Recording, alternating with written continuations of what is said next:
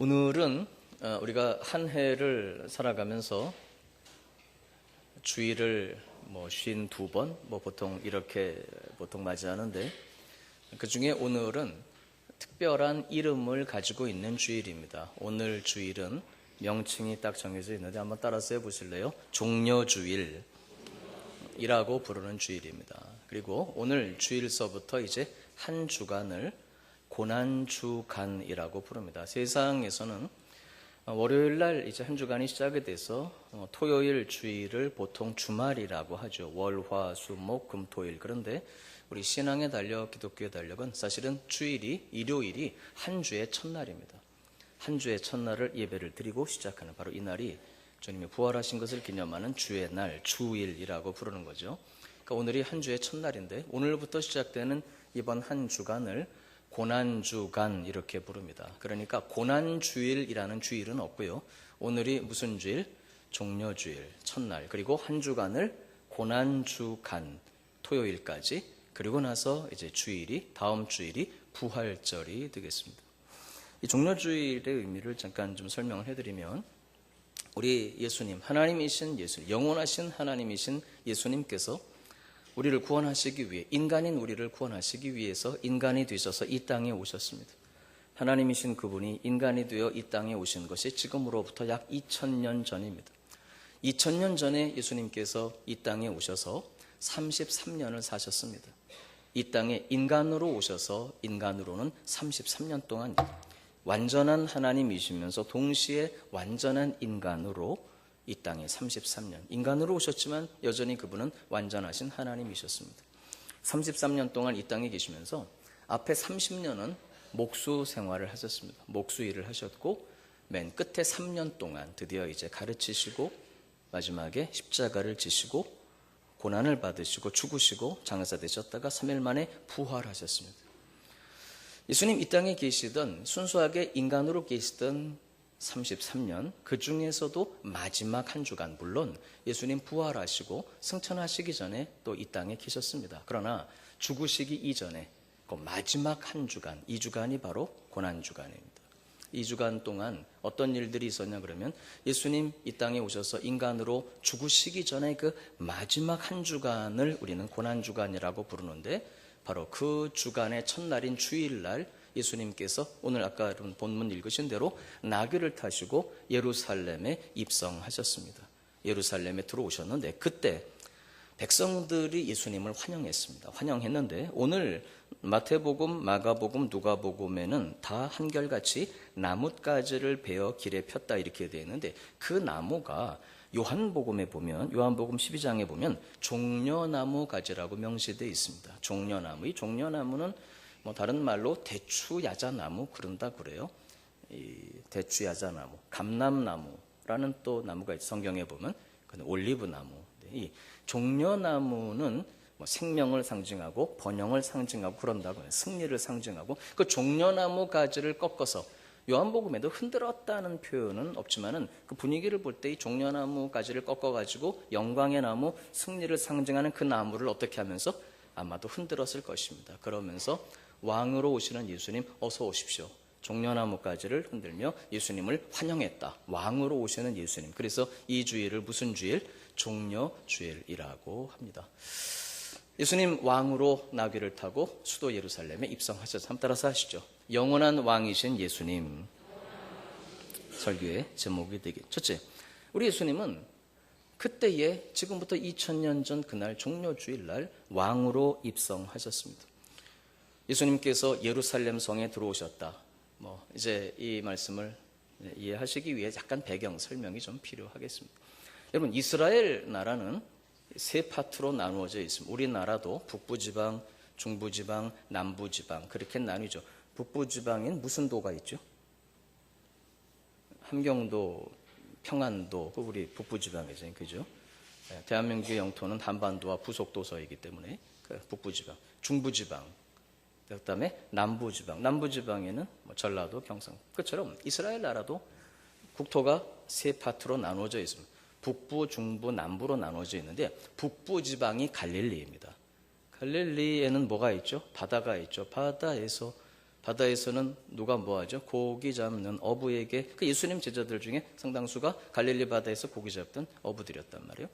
예수님도 탄생하시기는 남쪽에서 태어난 베들레헴에 이제 그 아버지가 부모님이 호적하러 왔다가 베들레헴에서 탄생하시긴 했지만 예수님이 30년 동안 목수일을 하시면서 성장하신 동네는 북부지방 갈릴리입니다.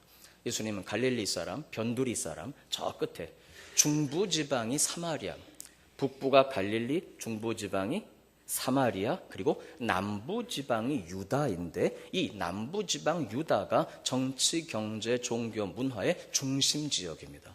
그러니까 이스라엘의 중심지역은 어디다? 남부지방 유다고 거기에 수도 예루살렘이 있습니다. 예루살렘이 수도인데 수도에는 누가 있죠? 수도에는 누가 있어야 수도가 됩니까? 최고 통치권자가 있어야 되죠. 대통령이든 수상이든 왕이 있는 왕도가 수도입니다. 예루살렘 그 수도에 예수님께서 성문을 통해서 수도인 예루살렘에 입성하십니다. 그러면서 선포하십니다. 내가 왕이다. 왕으로 오시는 예수님. 여러분, 예수님께서 사실 갈릴리에 사셨지만 또 갈릴리에서 많이 활동하셨지만 그렇다고 해서 수도 예루살렘에 처음 오시는 것은 아니었습니다. 예수님 생애 동안에 예루살렘에 수없이 오셨습니다. 그때마다 어떻게 오셨죠?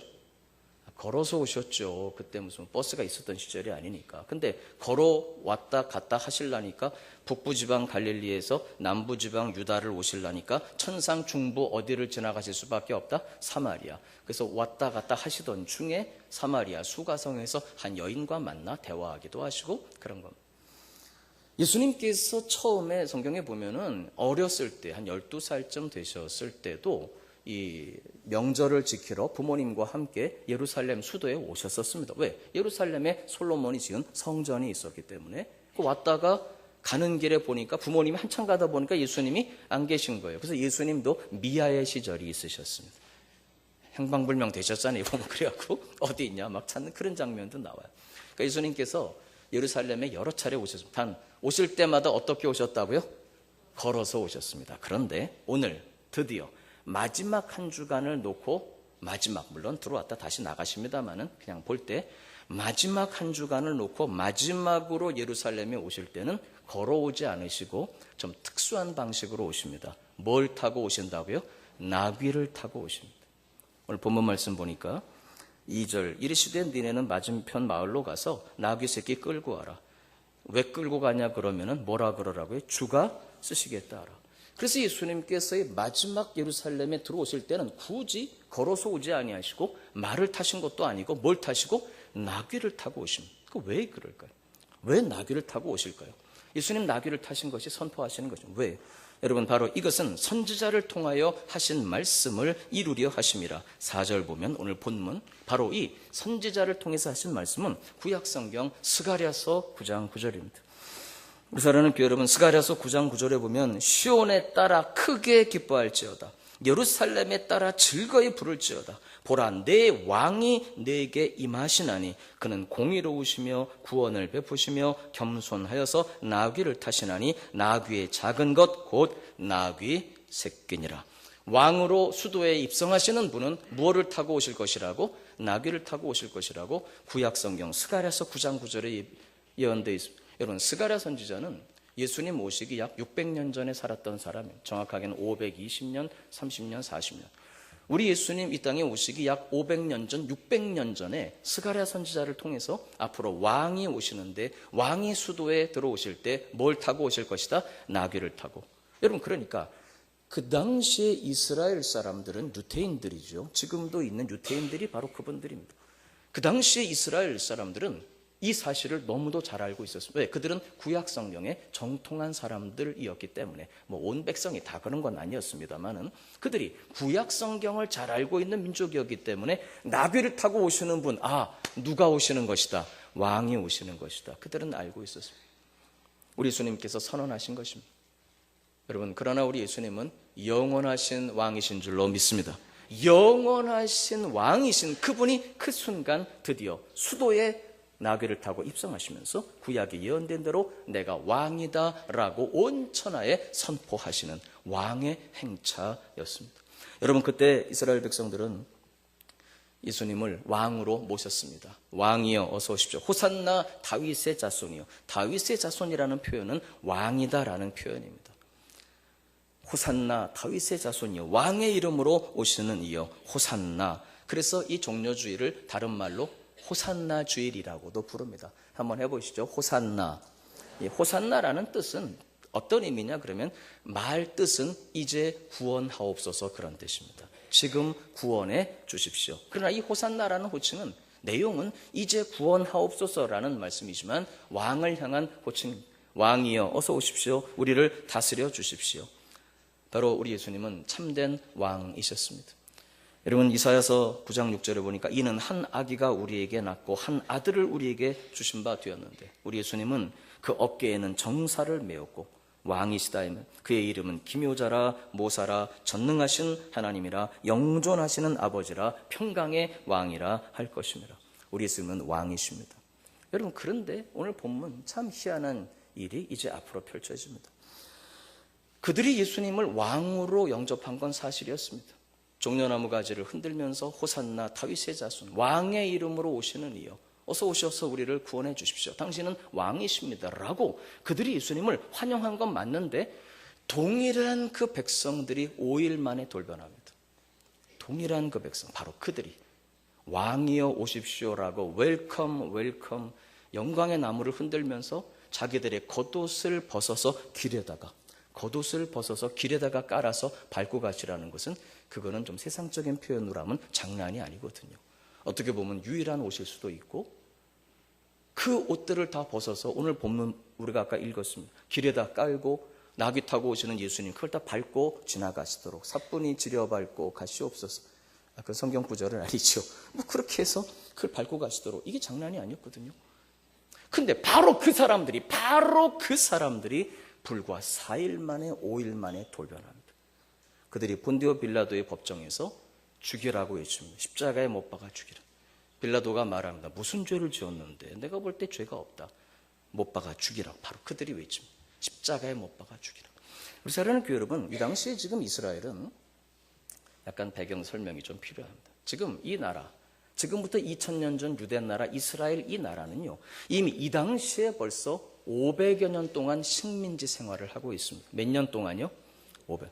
우리는 일본의 식민지 몇 년 했죠? 36년 그렇게 했죠. 36년의 세월도 참 길었고 힘들었고 우리 여기도 연로하신 우리 교우님들 중에 그 시대를 거치셨던 분들이 계십니다. 우리 지금 세대가 자꾸 그때를 잊어가는 게 이게 아픈 거죠. 마음이. 여러분 아픔은 다 잊어야 되지만 그 교훈은 우리가 마음에 담고 용서할 건 용서하고 이해할 건 이해하지만 또 우리가 어떻게 앞으로 나아가야 되겠습니까? 근데 이 이스라엘 민족은 무려 500년 동안 지금 식민지 생활을 하면서 주인들이 계속 바뀝니다. 구약 성경 끝부분에 보면 아시리아 제국이 이스라엘을 통치합니다. 그리고 나서 바벨론, 신바빌로니아 왕국이 또다시 그들을 통치합니다. 그리고 나서 페르시아가 구약 성경에 바사라고 등장하는 바사가 페르시아거든요. 페르시아 제국이 그들을 지배합니다. 그리고 나서 페르시아 전쟁 이후에 그리스가 정확히 말하면 알렉산더 대왕의 그 마케도니아가 또 그 땅을 지배합니다. 그리고 마침내 로마 제국이 이게 신구약 중간기 400년 역사거든요. 마침내 마지막으로 주인이 바뀌는데 바로 그것이 알렉산더 대왕의 마케도니아를 누르고 이긴 로마 제국이 드디어 이스라엘을 지금 지배하고 있습니다. 그러니까 이들이 500년 동안 그 식민지 생활로 고통을 겪고 오면서 그들이 기다렸던 메시아가 있습니다. 여러분 구약 성경에 예수라는 단어가 한 번도 나오지 않는다는 거 알고 계십니까? 우리 신앙의 중심 예수님. 근데 구약에는 예수라는 이름이 한마디도 등장하지 않습니다. 그럼 구약의 사상이 뭡니까? 구약은 메시아가 오신다. 메시아가 다른 말로 그리스도, 똑같은 말이거든요. 누가 오신다고요? 메시아가 오신다. 그리스도가 오신다. 메시아라는 뜻은 기름 부음을 받은 자라는 뜻이지만 그 내용은 구원자, 왕, 우리를 건지시는 분. 한번 해보시죠. 구원자, 왕, 건지시는 분. 이분을 그들이 기다린 거예요.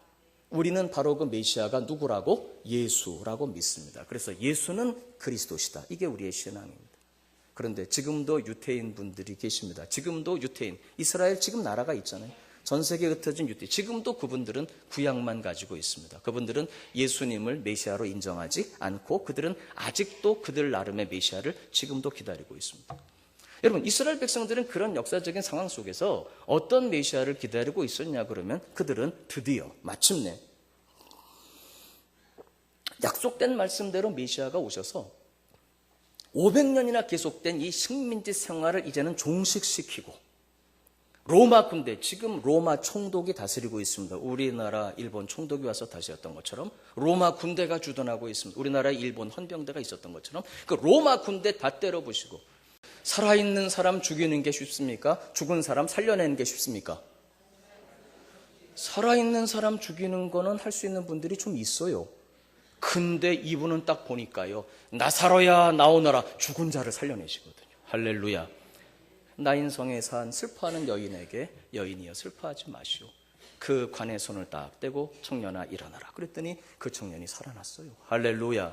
이야, 죽은 놈도 살리는데 산 놈 죽이는 건 일도 아니겠다. 그래갖고 지금 이 사람들이 예수님을 딱 보면서 엄청 기대가, 이야, 이거 뭐 죽은 놈도 살려내는데 이 로마 군대 때려부시는 건 이건 일도 아니겠다. 됐다. 이제 우리 민족은 전 세계 최고 민족이 돼서 우리가 엄청난 이제 민족이 될 것이다. 이들이 기대해. 그래서 종려나무까지 흔드는 거예요. 경제적인 얘기 한번 해볼까요? 500년 동안 그 수탈에 시달리고 그 고통에 시달렸는데 이건 보리떡 5개, 물고기 2마리 가지고 몇 명이 먹어요? 남자만 5,000명. 이야, 보리떡 5개 가지고 5,000명 먹으니까 우리 민족이 500만 명이라면 보리떡 몇 개만 가지면 500개만 가지면 이제 이거 경제 끝났다. 우리 이제 일 안 해도 먹고 산다. 국민소득 10만 불 넘어가는 건 이건 이제 뭐 강 건너 불 보듯이다. 이야, 이거 됐다. 그래서 그들이 흔든 거예요. 근데 여러분, 예수님이 그런 분이 아니시거든요. 여러분, 예수님에 대한 이사야 53장 2절 보니까 그는 주 앞에서 자라나기를 연한 순 같고, 이사야 53장 2절, 마른 땅에서 나온 뿌리 같아서 고운 모양도 없고 풍채도 없은즉 우리가 보기에 흠모할 만한 아름다운 것이 없도다. 예수님 그런 위대한 분이 아니라는 거예요. 세상적으로 볼 때. 그는 멸시를 받아 사람들에게 버림을 받았어. 멸시받는 메시아를 그들은 상상할 수가 없는 거예요. 멸시받는 메시아. 간고를 많이 겪은. 4절, 그는 실로 우리의 질고를 지고 슬픔을 당하고. 5절, 그가 찔림은 우리의 허물 때문이요 그의 상함은 우리의 죄악 때문이라. 지금 정치적으로 경제적으로 그런 메시아가 아니라 죄를 지고 가시겠다고. 아니 뭐 내가 무슨 죄를 그렇게 많이 졌는데 우리가 수탈 당한 것밖에 더 있냐고. 무슨 죄를 지고 나 때문에 찔림을 당하시고 상함을 당하시고 십자가에 못 박혀 피 흘리시고 처참하게 죽으시는 세상 죄를 지고 나 위에 나의 모든 죄를 지시고, 왜? 죽으심 외에는 우리의 죄가 용서받을 길이 없잖아요. 우리의 모든 과거, 죄, 미래, 우리의 모든 아픔, 질고를 그분이 담당하신 그 처참하게 십자가에 못 박혀 죽는 메시아를 그들은 상상할 수가 없었던 거예요. 그래서 그들이 5일 만에 돌변합니다. 속았다, 가짜다. 그래서 죽여버리기로 결정을 합니다. 근데 그들은 식민지 백성들이니까 죽일 수 있는 권한이 있어요, 없어요? 없죠. 그래서 총독, 로마 총독 앞으로 끌고 가요. 총독만이. 우리도 일제시대 때 그랬잖아요. 우리한테 뭐 있었네, 권한이. 빌라도가 딱 보니까 죽일 죄가 없거든요. 몇 대 때려서 놓아주자 그랬더니요, 이스라엘 바로 그분들이 종려나무까지 흔들면서 웰컴 웰컴 왕이셨던 그분들이 예수님을 죽이기 위해 이렇게 말합니다. 우리는 가이사의 백성들입니다. 우리는 천황폐하의 백성들입니다. 상상이 가십니까? 왜? 빌라도를 통해서 죽이려면 정치 재판으로 몰고 갈 수밖에 없죠. 얘기합니다. 이가 자칭 유대인의 왕이라고 했습니다. 그러나 유대인인 우리들에게 왕은 누구밖에 없습니다. 가이사가 시저입니다. 시저, 로마 황제. 성경이 명시한 가이사밖에 없습니다. 로마 황제밖에 우리에게 왕이 없습니다. 천황폐하밖에 우리에게는 왕이 없습니다. 근데 이자가 자칭 왕이라고 하니까 죽여야 됩니다. 빌라도가 그래? 그래서 묻습니다. 네가 진짜 왕이냐 그랬더니 예수님이 그렇다, 내가 왕이다. 근데 그 다음에 뭐라고 하시냐 그러면 내 나라는 이 땅에 속한 것이 아니다. 그러니까 빌라도가 벌떡 일어난 거거든요. 쥐가 왕이라면 죄악이, 죄목이 달라지죠. 시작. 독립운동가. 이렇게 되니까 그래, 딱 일어나서 네가 진짜 왕이냐? 내가 왕입니다. 그러나 내 나라는 이 세상에 속한 것이 아니다. 미친놈 아니야 이거. 그리고 빌라도가 살려주지. 근데요, 백성들이 또 외칩니다. 총독각하, 당신이 자칭 왕이라고 우리를 선동한 이 사람을 풀어준다면 당신은, 제가 성경 그대로 지금 외우고 있습니다, 당신은 가이사의 충신이 아니니이다. 당신은 천황폐하의 충신이 아닙니다.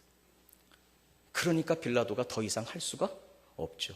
본디오 빌라도도 억울함이 많이 있어요. 사실은 우리가 전 세계 모든 그리스도인들이 본디오 빌라도에게 고난을 받아서 그랬는데, 빌라도도 사실 나름대로는 애를 썼던 분이에요. 그러나 그가 최종 결정권자였기 때문에 그 책임을 면할 수는 없죠. 마침내 빌라도가 죽여라 이렇게 합니다. 우리 사랑하는 교회 여러분, 이제 그러면 저와 여러분, 오늘 이 종려주일 고난 주간이 시작됩니다. 어제 우리 권사님들께서 이거 십자가하고 가시관 하는데 제 가슴이 쿵쿵한 거예요. 이렇게 보면서 저 십자가, 나 위에 고난받은 십자가, 이번 한 주간. 그래서 제가 기도했습니다. 하나님, 부족한 종이 설교하기 전에 우리 교우들이 다 이 십자가를 보는 순간 우리 주님의 그 사랑이 가슴 깊이 새겨오게 해달라고. 우리 사랑하는 교회 여러분, 오늘 고난주간입니다. 뭐 예수님 십자가 지면 다 잘 됩니다. 그냥 괜찮습니다. 그냥 행복하세요. 영혼도 잘 되고 범사도 잘 되고, 이렇게만 하고 말 주일은 아니라는 거예요. 제가 지난주 몇 주간에 걸쳐서 이 풍랑 속에도 예수님 바라보자는 거, 광야가 힘들어도 가나안을 보자고 제가 많이 말씀드렸습니다. 우리 사랑하는 교회 여러분, 이제 그래서 여러분은 어떤 메시아를 기다리고 계십니까? 예수님을 어떤 분으로 모시고 있습니까? 만약에 여러분도 그들처럼 오늘도 이렇게 초대받고 오신 분들이 많이 계신 것 같아요. 잘 오셨습니다. 할렐루야. 결론은 같습니다. 영혼이 잘 되면 반드시 범사가 잘 되도록 되어 있습니다. 우리 문제는 해결해 주시고 병 낫게 해주시고 도와주십니다. 할렐루야. 그러나 우선순위가 있습니다. 너희는 먼저 그의 나라와 그의 일을 구하라. 먼저. 혹시 여러분들께서, 우리 교우 여러분, 종려나무 가지를 흔들면서 웰컴하고 환영했던 그분들처럼 우리도 예수님을 그저 뭐 문제 해결해 주고 병 낫게 하고 잘 살게만 해주고 복 받게만 해주고 이렇게만 예수님을 생각한다면 언젠가는 반드시 실망하게 돼 있습니다. 우리 예수님 따라가는 길이 꼭 그런 것만은 아니기 때문에, 그분이 나 위에 십자가를 지신 나의 죄를 위해, 용서받지 못할 나를 위해, 죄와 허물로 죽은 나 위에 지신 우리 주님의 그 고난의 십자가. 그리고 주님께서 우리에게 말씀하시거든요.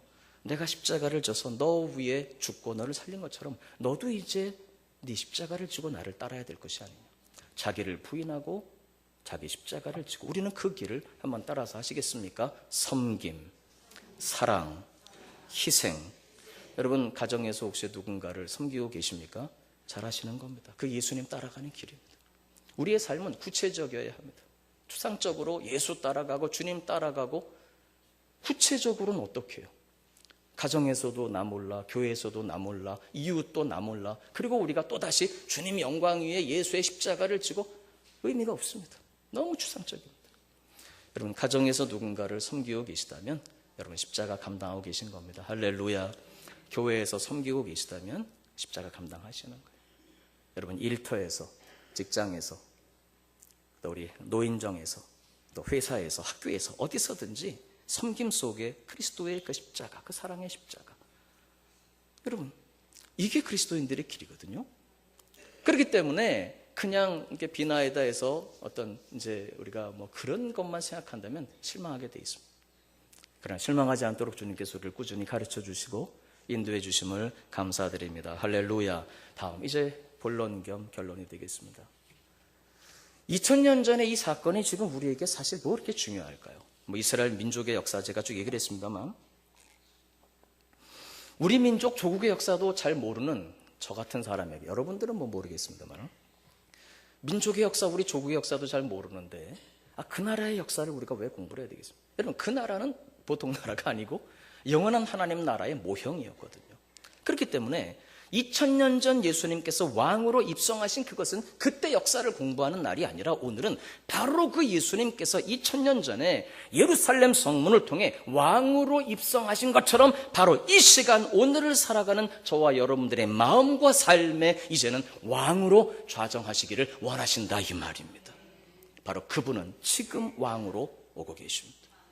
볼지어다 내가 문 밖에 서서 두드리노니. 오늘 우리 교회 처음 오신 분들도 참 너무 잘 오셨어요. 네, 감사합니다. 예수님께서 여러분 마음문 두드리시는 소리를 들을 수 있기를 부탁합니다. 우리 온 교우 여러분들도 다시 한번 그분의 음성에 귀를 기울일 필요가 있습니다. 우리 신앙생활은 가다 보면 자꾸 타성해졌습니다. 그냥 하나의 종교로 자꾸 이렇게 굳어집니다. 그러면 안 되고 오늘도 우리 마음 문을 두드리시는 주님, 볼지어다 내가 문 밖에 서서 마음 문입니다. 두드리노니 누구든지 내 음성을 듣고 열면 내가 들어가겠다. 그는 나로 더불어 먹을 것이며 내가 그와 더불어 먹을 것이다. 우리 사랑하는 교회 여러분, 우리 주님은 이 시간 다시 한번 우리 마음에 들어오시되 왕으로 오기를 원하신다 이 말입니다. 우리 사랑하는 교회 여러분, 우리 예수님은 우리 마음에 왕으로 오시는데 나귀를 타고 오십니다. 이거 좀 풍유적인 해석이 될 수도 있겠습니다만은 의미가 분명히 있습니다. 여러분, 나귀는 구약 성경, 구약에는요 정한 짐승, 부정한 짐승을 구분합니다. 지금은 이제 그것이 예수님 안에 다 완성됐기 때문에 뭐 어떤 것도 먹을 수 있습니다. 그러나 구약 성경에는 정한 짐승, 부정한 짐승이 구분되는데 나귀는 부정한 짐승입니다. 왜냐고 하면 정한 짐승의 기준이 있는데 뭐 성경을 좀 아시는 분들은요 되새김질을 하지 않고 굽도 갈라지지 않았기 때문에 나귀는 부정한 짐승. 그래서 직접 하나님께 예물로 못 드리고 나귀를 드릴 때에는 양으로 대속하라 이렇게 되어 있습니다. 바꾸어라. 부정한 짐승 나귀를 주님이 굳이 고집하셨습니다. 그리고 그 나귀를 타시고 우리에게 찾아오십니다. 여러분, 예수님께서는요 지금 이 행렬이 퍼레이드입니다. 퍼레이드. 한가운데에는 왕이 계시는데 초라한 왕, 나귀를 타신 왕, 그 앞에는 초라한 백성들이 앞서가며 종려나무 가지를 흔들고 웰컴하고 있습니다. 역시 뒤따라가는 초라한 무리가 따라가며 왕의 이름으로 오시는요 초라한 퍼레이드. 만약에 예수님께서 오늘 우리 마음에 오실 때 정말 엄청난 왕의 마차를 타시고 화려한 리무진을 타시고, 그분은 세계를 지배하시는 우주의 왕이시기 때문에 우리 대통령이나 전 세계 어떤 주권자들이 다른 나라 갈 때 오는 그 정도 예전이 아니죠. 그 정도 방탄된 리무진, 그런 차를 타시고 우리 예수님께서 합당한 영광으로 오신다면 우리는 감히 그분을 만날 수 없을 것입니다. 만약에 우리 자양동의 대통령께서 지나가신다면 앞뒤로 화려한 카퍼레이드가 있을 것입니다. 하긴 우리 대통령께서는 가다가 차에서 가끔 내리셔서 악수도 하신다니까 혹시 여기에 내리시면 악수를 할 수는 있을지 모르겠지만 개인적으로 그분을 만나 상담한다는 건 불가능할 것입니다. 그래서 우리 예수님께서는 화려한 왕이 타시는 마차를 타고 오지 않으시고 바로 연약하고 낮은 우리에게, 죄와 허물이 있는 우리에게 나도 너처럼 될 테니, 그리고 예수님 나귀를 타고 우리를 찾아오시는, 나 같은 죄인을 위해서, 나 같은 자를 위해서 나도 주님을 만날 수 있도록 왕이신 그분이 겸손하여 나귀를 타고 우리 마음에 찾아오십니다. 우리 사랑하는 교회 여러분, 오늘 여러분 마음속에 예수님이 왕으로 오기를 원하십니다. 할렐루야. 예수님 내 마음에 모셔드립니다. 단 중요한 것은 그분을 내 안에 왕으로 모셔야 합니다. 우리는 이 종려주일 중요한 메시지를 나누고 있습니다. 그것은 예수님 사실 우리 안에 살아 계시지만 오늘 제가 여러분께 드리고 싶은 질문입니다. 저를 통해 주님이 여러분께 드리는 질문입니다. 예수님이 과연 우리의 왕이시냐 하는 것입니다. 누가 왕인지. 우리가 기도할 때 말은 극존칭을 씁니다. 존경하고 경외하고 사랑하는 아버지 하나님, 도와주시기를 바라마지 않사옵나이다. 우리가 극존칭을 쓰긴 하지만 정말 그분이 왕이셔서 내가 그의 뜻대로 살아가고 있는 것인지, 아니면 내 인생 살면서 그저 필요하고 아쉬울 때 그분이 나를 도와주셔야 되니까 그건 내가 왕이죠. 누가 왕입니까? 여러분, 예수님 호소하십니다. 나귀를 타고 오셔서 우리의 왕이 되기를 원하십니다. 할렐루야. 그분을 왕으로 모신다는 것은 이제 그분이 나의 삶을 다스려 주심을 의미하고, 사실은 이것이 성령의 충만이라고 하는 단어입니다. 성령 충만은 어떤 신비하고 희한한 종교적인 체험을 말하는 것이 아닙니다. 성령님은 인격의 하나님이십니다. 그분은 바로 예수 그리스도의 영이십니다. 그렇기 때문에 우리 안에 계시는 성령님이 바로 예수 그리스도이십니다. 그 예수님께서 내 안에 머물러 계시면서 나의 인격, 나의 삶, 마음 다스려 주시는 것. 내 삶에 오셔서 우리 가정의 왕으로 오셔서 그분이 다스려 주시는 믿음, 소망, 사랑의 그 나라, 그 삶, 이것이 바로 성령 충만한 것입니다. 우리 사랑하는 교회 여러분, 주님이 우리 마음을 다스려 주셔야 우리는 거룩할 수 있습니다. 주님이 우리 마음을 다스려 주셔야 행복할 수 있습니다. 주님이 우리 삶을 다스려 주셔야 우리 삶의 질서가 잡힙니다. 여러분, 삶이 혹시 어려우신 분 계십니까? 염려하지 마시고 이 시간 예수님을 왕으로 모셔드리고 그분께 한번 따라서 해주시면 감사하겠습니다. 주님께 나의 삶을 드립니다. 왕으로 오시옵소서. 간단한 기도, 심플 기도가 예수님 우리 안에 들어오시도록, 예수님 오셔서 좌정하셔서 다스려 주실 때 비로소 우리에게는 예수님이 우리에게 명하시고, 우리도 사실은 겉으로 생각은 아닐지 모르지만 영혼 깊은 곳에서 진정 원하는 섬김의 삶, 사랑의 삶, 희생의 삶, 이게 가능해지는 것입니다. 주님 내 안에 머물러 계셔서 다스려 주실 때 우리는 그래서 오늘 예수님을 환영합니다. 주님 오십시오. 웰컴. 단 그분들은 웰컴 해놓고서 며칠 만에 돌아섰지만 우리는 영원히 변치 않는 주님을 환영합니다. 할렐루야. 호산나 다윗의 자손이요 왕의 이름으로 오시느니, 호산나 호산나. 단 죽임당한 어린 양 예수 자유 주셨네. 나를 일으켜 주신 그 주님. 우리 사랑하는 교회 여러분, 우리는 진정 예수님을 환영합니다. 그리고 오늘 이제 우리의 겉옷을 벗어 주님 발 앞에 깔아드리기를 원합니다. 그들이 잠시긴 했지만 며칠 후에는 다 돌변해버리지만 변심하고 또 배반하지만, 그들이 그 순간 겉옷을 벗어서 깔아드렸다는 것은 그들이 할 수 있었던 최선의 예우였습니다. 어쩌면 가난한 그들이 가졌던 모든 것일 수도 있었고 제일 소중한 것일 수도 있었는데, 그것을 주님 밟고 가셔서 주님 기꺼이 이건 치워라 이렇게 하지 않으시고 기꺼이 그 옷을 밟고 가셨습니다. 우리 사랑하는 교회 여러분, 오늘 우리도 우리 삶의 가장 중요한 것을 주님께 다시 한번 드리는 날이 될 수 있기를 주님의 이름으로 부탁을 드립니다. 나의 생명을 드리고 나의 삶, 여러분 그분은 나 위에 죽으신 분이십니다. 제가 사실 예수님을 믿게 된 것은 나 위에 죽으셨다는 그분의 소식을 듣고였습니다. 나 위에 대신 죽으셨다는 분이 계시다. 제가 그 말을 듣고 그분을 만났습니다. 나 위에 고난받으시고 나의 모든 질고를 대신 다 지고 가신 그분께 이제 우리도 겉옷을 벗어서 나의 삶을, 나의 생명을 드릴 수 있는 날이 되시기를 부탁을 드립니다. 이제 그러면 세 번째 얘기를 잠깐 하긴 해야죠. 마무리하겠습니다. 다음, 우리 주님은 이제 그 날에 그때의 왕으로 오셨고 지금 우리에게 왕으로 오시는 예수님은 그 날에 다시 한번 왕으로 오실 것입니다.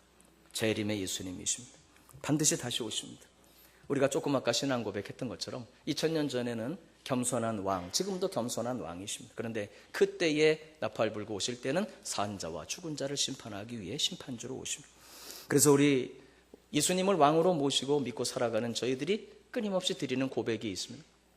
태초에 하나님이 천지를 창조하셨다고 시작된 성경은 요한계시록 마지막 장, 물론 끝에 인사말이 있습니다만 이렇게 마무리됩니다. 한번 따라서 하시죠. 아멘. 주 예수여 오시옵소서. 이것을 아람어로, 헬라어로 음력을 해서 마라나타라고 합니다. 마라나타, 주 예수여 오시옵소서. 여러분, 내 안에 왕으로 모신 그 예수님은 언제고 다시 오십니다. 우리는 그 주님을 지금은 꿈에도 사모하지만 사실은 성령님으로 그분 우리 안에 머물러 계십니다. 할렐루야. 그러나 그때에는 얼굴과 얼굴을 대하여 뵙게 될 것입니다. 그러면서 다시 오시는 주님을 맞이할 준비가 마지막 하나 남아 있습니다. 주가 쓰시겠다. 아까 제가 그 나귀 얘기를 좀 했습니다만 주님께서 굳이 그 나귀를 쓰시고자 하셨을 때에는 이것도 풍요적인 해석이 될 수는 있겠습니다만 분명히 의미가 있습니다. 부정하고 죄에 빠져 있고 모자라고 연약한 나이지만 주님이 그래도 그 나귀를 쓰신 것처럼 변화시키시고 용서하시고 새롭게 하셔서 주님은 우리를 쓰시고자 하신다 이 말입니다. 주님 다시 오실 때까지 이 영광의 소식, 이제는 예수님을 내 안에 왕으로 모시고 승리의 삶을 살아가고 있다는 이 소식을, 이 기쁨을 전하기 위해 그리스도의 몸된 교회를 섬기기 위해 여러분 가정과 일터 삶의 현장에 그분의 이름으로 섬길 수 있도록 주님 우리를 쓰기를 원하시는 것입니다. 주가 쓰시겠다. 오늘 제가 우리 주 예수 그리스도의 이름으로 여러분께 주님의 말씀을 전해드립니다. 저는 다 전해드렸어요. 아시겠죠? 주가 쓰시겠다. 전해드렸습니다. 이제 여러분들이 한번 따라서 하시죠. 주님, 연약한 저를 쓰십시오. 말씀 맺겠습니다. 결론입니다. 첫째, 지금도 왕으로 오시는 예수님을 왕으로 모셔드리고, 여러분 건넌방에 모셔놓지 말고요, 저 사랑방에 모셔놓지 말고 예수님께 여러분 마음에 왕좌를 내어드려서 나의 삶을 주장해 주시도록 오늘 주님을 왕으로 다시 한번 우리 마음에 모실 수 있기를 부탁합니다. 주님 다시 오실 때까지 나를 쓰실 수 있도록 주님께 내어드리고, 오늘 제가 말씀드린 이 모든 것은 사실은 성령의 충만이라는 과정을 통해서 주님이 우리 안에 이루어 가십니다. 성령님 충만케 하실 때 우리의 삶을 다스려 주시기 때문에, 그래서 우리에게는 마지막 기도가 중요합니다. 왜? 성령의 충만을 위해서 기도가 필요하다고 성경이 명시하고 있기 때문에 우리 사랑하는 교회 여러분, 오늘 종려주일입니다. 주님 우리 안에 왕으로 오고 계시고 이미 왕으로 좌정하십니다. 우리 성령 충만하도록 주님께 기도해서 성령님으로 내 안에 계시는 주님께서 이제 나의 삶을 왕으로 다스려 주셔서 가장 행복하고 가장 자유하고 가장 열매가 있고 가장 성공적인 인생을 살 수 있게 해달라고 오늘 주님 앞에 기도하는 복된 날이 되시기를 주님의 이름으로 부탁을 드립니다.